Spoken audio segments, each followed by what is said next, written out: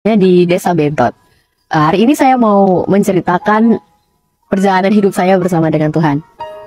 Jadi saya sejak kecil itu lahir dari keluarga Kristen, orang tua saya Kristen, bapak ibu saya Kristen, mama saya juga melayani. Sejak kecil saya ikut sekolah minggu, ikut youth, dan juga komunitas-komunitas rohani seperti itu.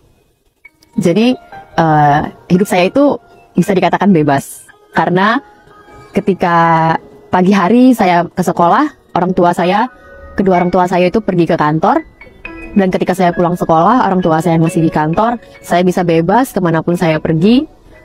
Ya, saya merasa hidup saya itu seperti petualang.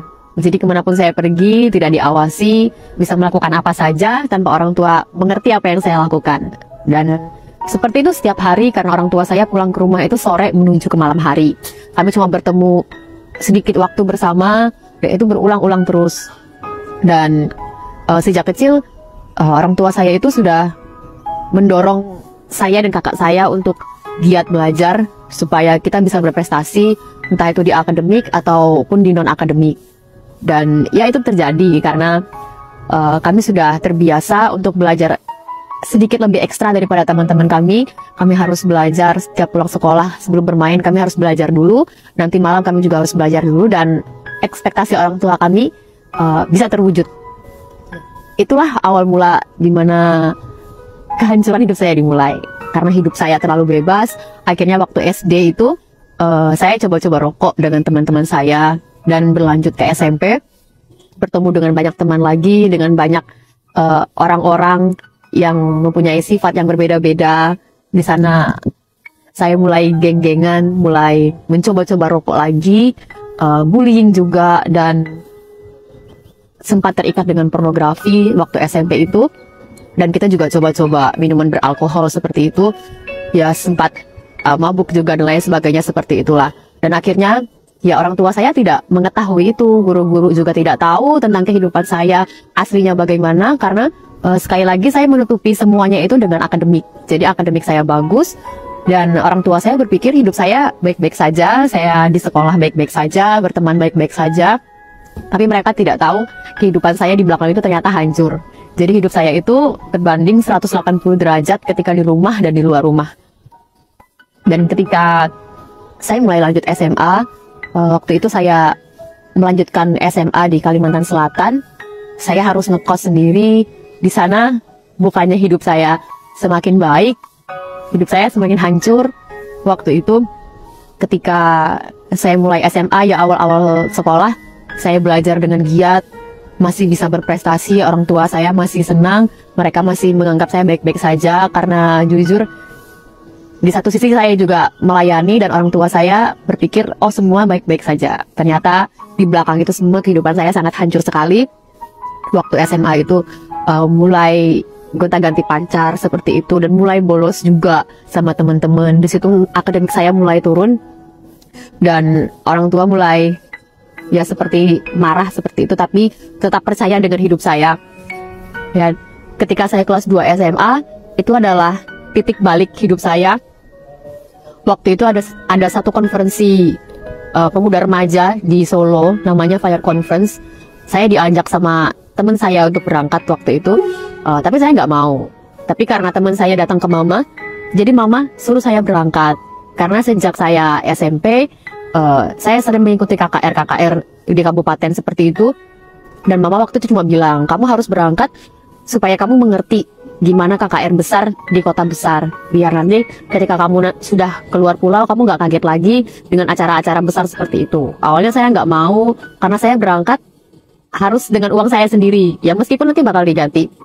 Tapi karena kedua teman saya juga berangkat, artinya saya mau berangkat. Ya, dengan fokus kami yang pertamanya itu, oke, nanti kita mau berangkat ke Solo, nanti kita habis selesai acara, kita mau jalan-jalan ke Jogja. Jadi kami sudah punya rencana, punya planning sendiri, mau jalan-jalan, mau lihat-lihat seperti itu. Dan di hari pertama, di malam pertama itu, bahkan itu belum mulai sesi, baru malam pembukaan, di situ semua ekspektasi saya itu dihancurkan sama Tuhan. Ketika mulai penyembahan, mulai didoakan seperti itu, tiba-tiba itu pertama kalinya saya mengalami lawatan Roh Kudus, baptisan Roh Kudus waktu itu. Tiba-tiba ketika saya dilawat oleh Roh Kudus, semua dosa-dosa saya itu seperti diperlihatkan satu persatu. Saya ingat kembali dengan dosa-dosa saya yang lama seperti itu, dan malam hari itu juga saya memutuskan, Tuhan, saya mau bertobat, saya nggak mau lagi hidup di kehidupan saya yang lama. Malam hari itu saya memutuskan untuk bertobat. Acara itu 3 hari 2 malam, dan selama 3 hari 2 malam itu hidup saya full dihancurkan. Di situ saya bertobat dari semua dosa-dosa, dan saya komitmen sama Tuhan. Ketika pulang dari sini nanti, ketika di Kalimantan, saya akan melayani Tuhan, saya akan sekolah, dan saya akan meninggalkan setiap hidup saya yang lama.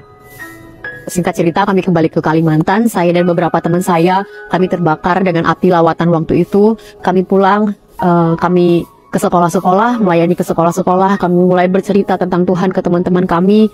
Sampai ada beberapa, puji Tuhan, mereka menerima Yesus waktu itu. Dan hidup saya mulai diubahkan. Di kelas 2 SMA itu, ketika di akhir tahun, di tahun yang sama, ada retreat encounter yang diadakan oleh teman-teman dari Solo.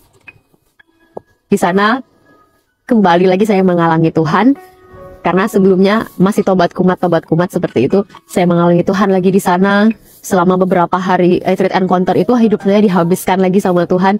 Saya diingatkan lagi dengan dosa-dosa, bertobat lagi, benar-benar bertobat waktu itu. Dan sampai di hari terakhir, saya mendapatkan janji Tuhan. Waktu itu Tuhan cuma ngomong tentang Borneo Revival.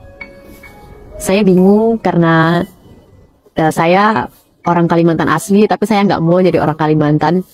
Karena di luar sana ada banyak sekali ekspektasi orang tentang Kalimantan itu yang tidak baik-baiknya. Dan saya tidak mau itu terjadi dalam hidup saya seperti itu. Saya tidak mau orang berpikir itu saya di bagian itu juga. Dan waktu itu tiba-tiba ada kerinduan hati yang besar yang Tuhan taruh di hati saya itu untuk mengasihi Borneo. Tiba-tiba saya bisa mengasihi Borneo waktu itu.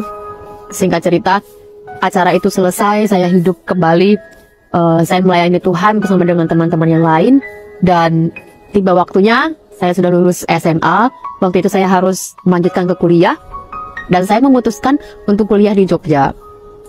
Pertama kalinya, saya berpikir seperti ini, selain kakak saya juga kuliah di Jogja, saya mau pergi ke Jogja, karena waktu itu saya sangat senang makan, saya senang jalan-jalan. Jadi menurut saya kota Jogja ini adalah kota yang tepat di mana saya bisa belajar, saya bisa kuliner, saya bisa jalan-jalan seperti itu.